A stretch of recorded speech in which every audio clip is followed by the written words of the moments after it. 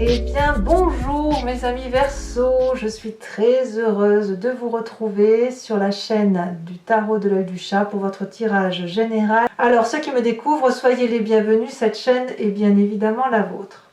Qu'est-ce que je vais vous dire mes amis Gémeaux, si ce n'est que vous avez une arcane majeure qui est la lune, vous avez de la coupe, donc des émotions, il y a de la réflexion beaucoup, même de l'épuisement intellectuel, il y a du denier, il y a du feu, donc il y a un peu tous les éléments, mais ce que l'on voit, ce que je vois, donc ce qui semble être général pour vous sur ce mois, c'est l'idée de grande fatigue, peut-être même d'un énorme épuisement, la nécessité peut-être de se lever là où vous êtes en sécurité, et à mon avis, on va partir sur un recentrage vers soi et vers une énergie de puissance, une personne autour de vous qui apparemment est extrêmement puissante, féminine probablement, de feu, et qui semble reprendre les choses en main. Allez, on y va, je vous explique tout ça immédiatement.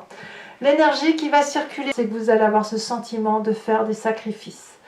Vous sacrifiez une situation, soit vous quittez, soit vous êtes trahi, soit vous donnez de votre personne pour quelque chose qui n'a plus lieu d'être ou qui ne peut être, mais en attendant, vous avez clairement conscience de ce qui se trame autour de vous, de ce que ça implique et de ce que vous allez donner de votre personne. Donc là, ça peut être qu'un sentiment, ça peut être aussi une réalité. La 10 d'épée, elle dit qu'on perd une bataille, qu'on est fatigué, qu'on a trop donné, c'est le burn-out intellectuel, c'est l'épuisement. Tous les coups sont tournés contre vous, vous ne pouvez plus vous battre, et intellectuellement, je dirais que vous n'avez presque même plus cette capacité à rebondir, tellement vous êtes habitué à avoir donné. Donc là, à mon avis, ça va certainement parler à ces Gémeaux qui ont des petits coups de mou. Alors, on va tout de suite voir pourquoi dans votre environnement. Dans votre environnement favorable, aussi curieux que ce soit, vous avez la 9 d'épée. Il y a une surcharge de responsabilité que vous fuyez. Ça y est, vous avez compris que vous ne pouvez plus entendre ce que certaines personnes ont à vous dire, les moralisateurs, et vous tournez le dos à tous les conseils qui pourraient vous être apportés, puisqu'il y a eu trop de difficultés à porter sur les épaules. Vous avez fait du mieux que vous pouviez, vous tournez le dos, et ça vous est favorable. C'est pour ça que vous avez cette 10 d'épée en entrant, si vous voulez, comme énergie, puisque effectivement, c'est j'abdique, j'arrête, je n'en peux plus, stop, terminus. Ce qui vous est défavorable dans votre environnement, c'est que l'on pourrait vous demander de faire des choix. Par exemple, tu choisis tel poste ou tu choisis tel poste. Est-ce que le Gémeaux, qui a l'habitude de papillonner, est en mesure de faire ses choix? Évidemment que non, puisque le Gémeaux par nature est un peu partout. Regardez, ici, ces 7 coupes, elles sont effectivement séparées. Dans l'une, vous avez les émotions, dans l'autre, vous avez le trésor, dans une autre encore, vous avez la famille, encore dans une autre, vous avez le foyer.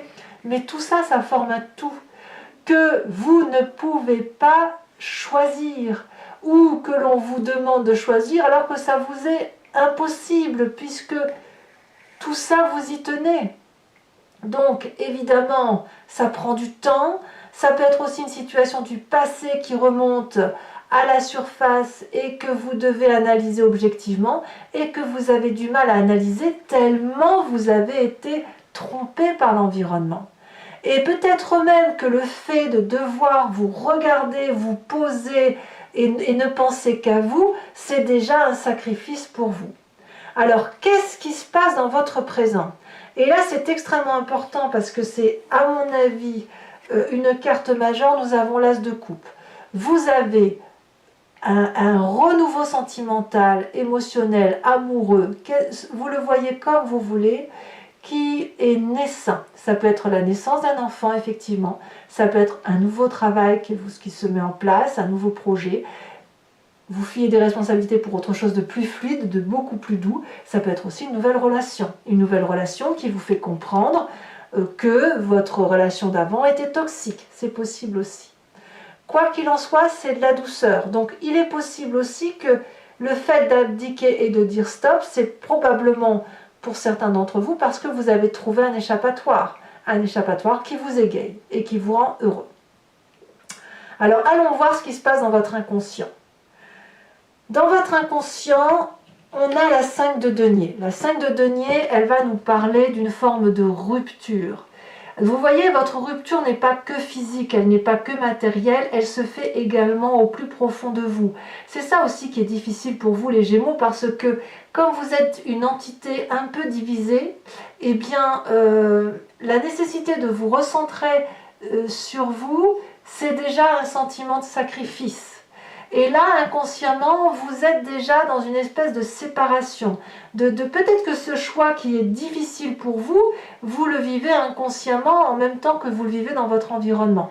Donc on voit qu'il n'y a pas de dissociation réelle. Ce qui se termine dans la matérialité se termine également dans votre inconscient. Sachant que l'inconscient, je le dis toujours, c'est la façon dont vous agissez sans vous en rendre compte, comme si vous clignez des yeux, comme si vous respirez la même chose.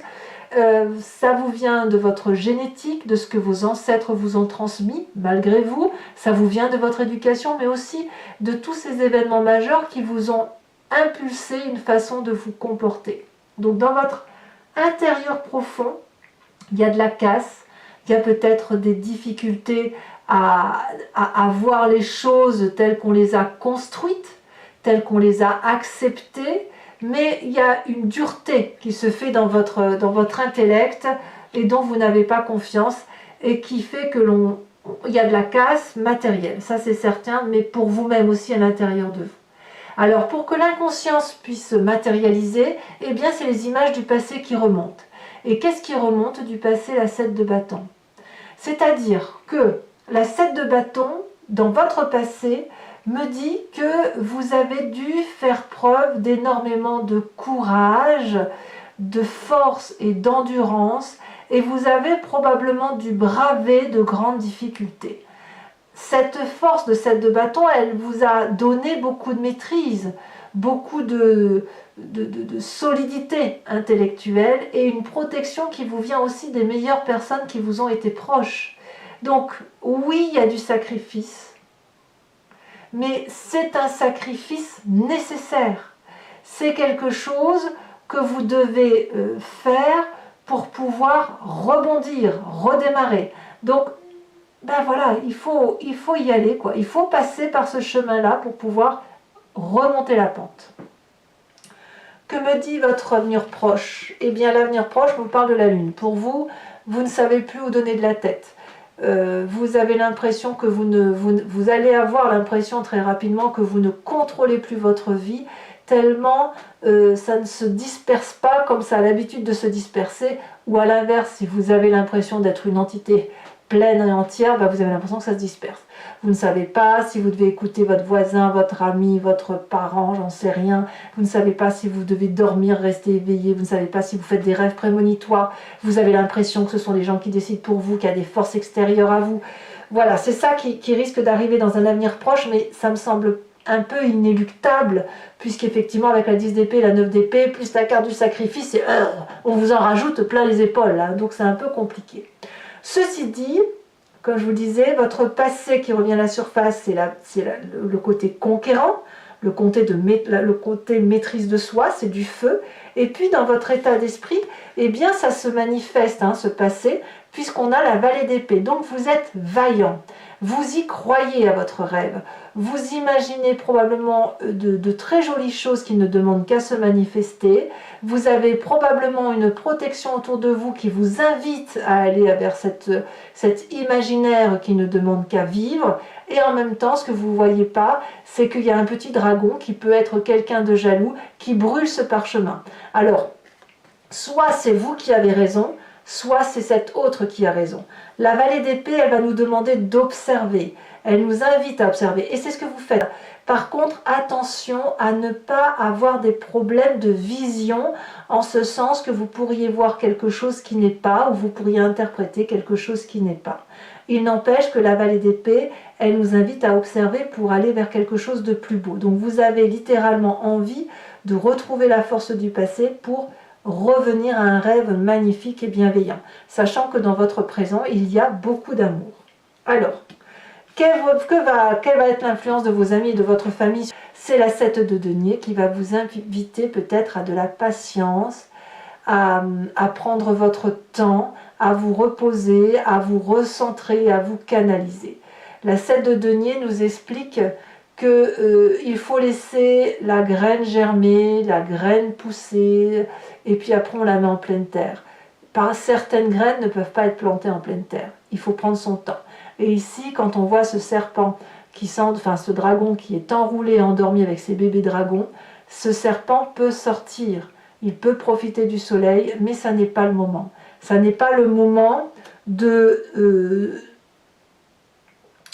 penser, si vous voulez, que cet amour-là qui semble naissant, si c'est de l'amour, ou à moins que ce soit un nouveau projet, on vous demande de l'observer, de l'analyser. Parce que quand on a des énergies un peu de fatigue, comme vous avez là, on pourrait prendre de mauvaises décisions parce qu'on a des pensées qui sont justement erronées, une réalité qui est un peu distordue dans l'espace-temps.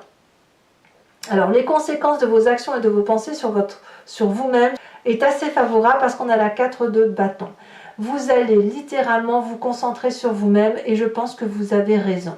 La 4 de bâton nous dit que c'est le foyer. Le foyer peut être la maison, ce que vous vivez avec vos enfants, vos parents, votre mari, votre femme, ce que sais-je.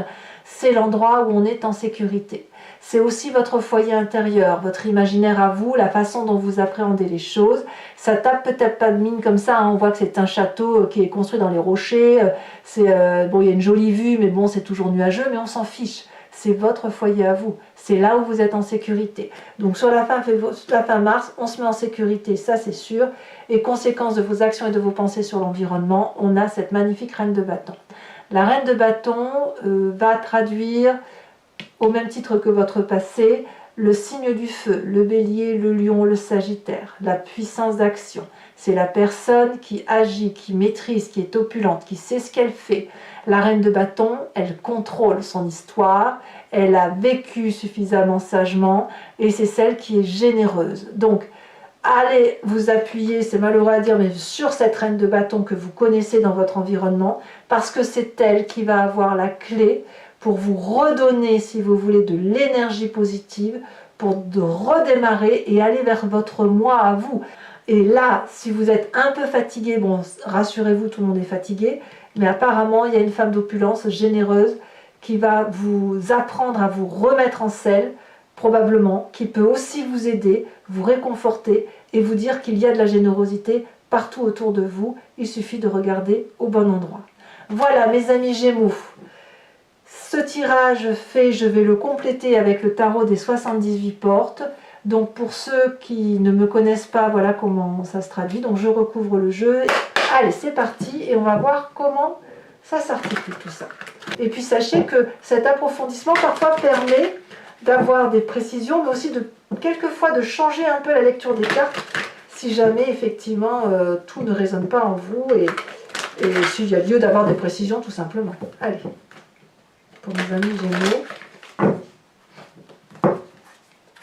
qu'est-ce qu'on a sur cette 10 d'épée?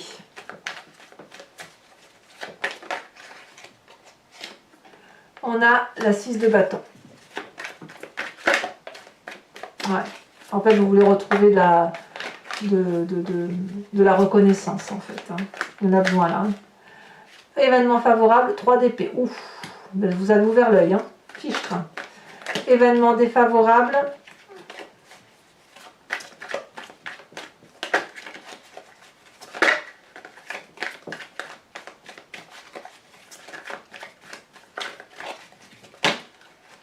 Ça veut sauter, ça veut parler. Ah bah ça va parler. Je vous les mets à 2. As d'épée et 4 d'épée. As de denier, pardon, et 4 d'épée. Votre présent.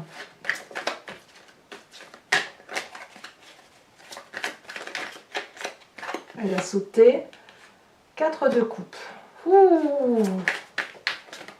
Votre inconscient.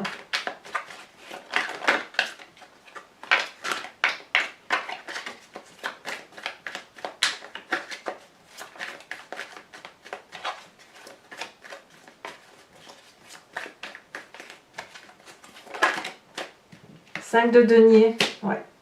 Donc là, on a quand même 2 cartes identiques sur votre approfondissement, ce qui prouve bien que cette énergie de cassure, de brisure, d'avoir besoin de l'aide de l'extérieur, elle est très très présente à l'intérieur de vous sans même que vous en ayez conscience. Hein. Alors j'approfondirai certainement, je vais en mettre une tout de suite, hein, pour que vous sachiez quand même. On met la carte tout de suite. Ici, qu'est-ce qu'on a? La 8 de denier. Vous risquez d'avoir besoin de revenir aux sources. Hein. Ouais, pour vous réénergiser, il va falloir revenir à la base. Hein. Votre passé, on a la papesse avec la 7 de bâton. Oui, bien sûr, vous ne manquez pas d'imagination, ça c'est sûr. Votre futur avec la... Eh ben, on a la justice et la lune. Je comprends. Votre inconscient, votre état d'esprit, donc là vous avez conscience, valet d'épée et 2 de coupe. Ça ne me surprend pas, hein, parce que quand dans votre présent vous avez cette nouvelle émotion, il se peut que dans votre état d'esprit vous avez envie de partager quelque chose de doux. Hein.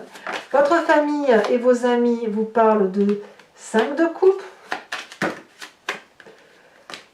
Des conséquences de vos actions et de vos pensées sur vous-même. On a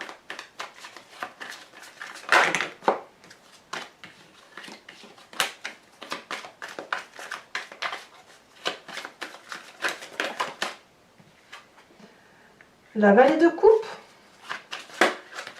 En fait, vous ne vous démontez pas. Hein, et sur la reine de bâton qui est l'influence extérieure, la 4 de bâton. Donc vous voyez, 4 de bâton ici, des deux côtés. Tout va être centré sur cette femme, cette énergie féminine du moins qui semble très très puissante et qui va probablement vous aider. Alors, il se peut aussi que vous ayez ce feu-là en vous, hein, que vous ayez... Je remets une carte de l'oracle bleu. On a la loi. Eh oui. Aïe, aïe, aïe, aïe, aïe, aïe. Bon. C'est pas forcément du mauvais. Je vous invite à réfléchir à une question précise, alors plus ou moins précise, et je vais y répondre avec le grand jeu de Mademoiselle Lenormand, sachant que votre question ne doit pas attendre une réponse oui-non. Ce ne sera pas ça, ce n'est pas ce jeu-là qui permet de répondre comme ça, mais plutôt, qu'est-ce qui va m'arriver si j'emprunte tel ou tel chemin de vie? C'est ça, pour avoir une vision un peu plus éclairée.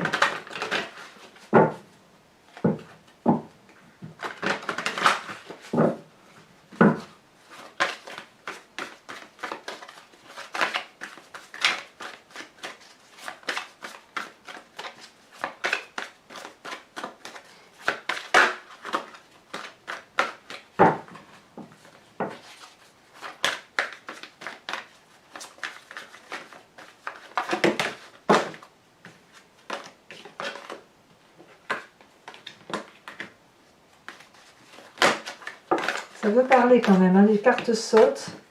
Pourquoi 3? Il y en a 2, donc je peux les mettre. 3 de trèfle et roi de cœur. Vous vous présentez comment?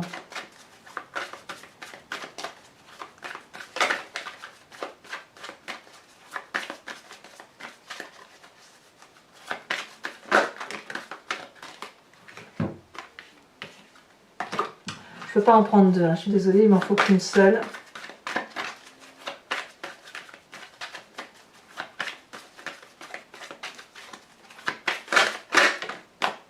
La 2 de pique. Et enfin les 2 prochaines cartes. Il y en a 3. Pourquoi elles sautent par 3 chez vous là cette fois-ci? C'est curieux ça.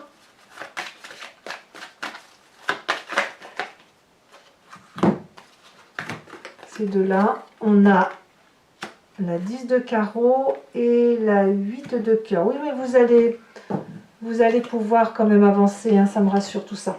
Allez, je vais vous tirer une carte de l'oracle des druides, où il consiste en fait à se rapprocher d'un animal totem qui véhicule une énergie, une puissance, un aspect qui a été, si vous voulez, expliqué par les humains. Par exemple, le cerf, on lui a apporté une espèce de force.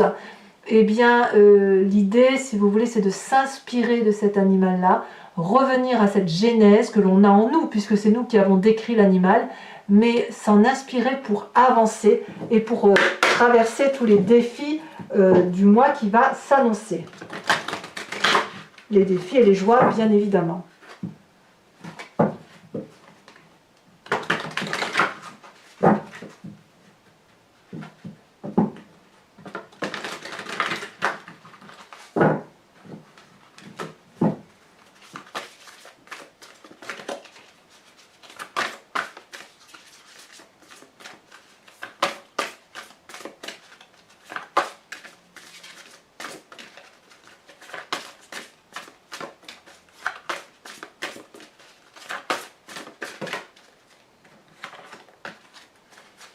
Alors une carte pour mes Gémeaux, c'est l'animal totem.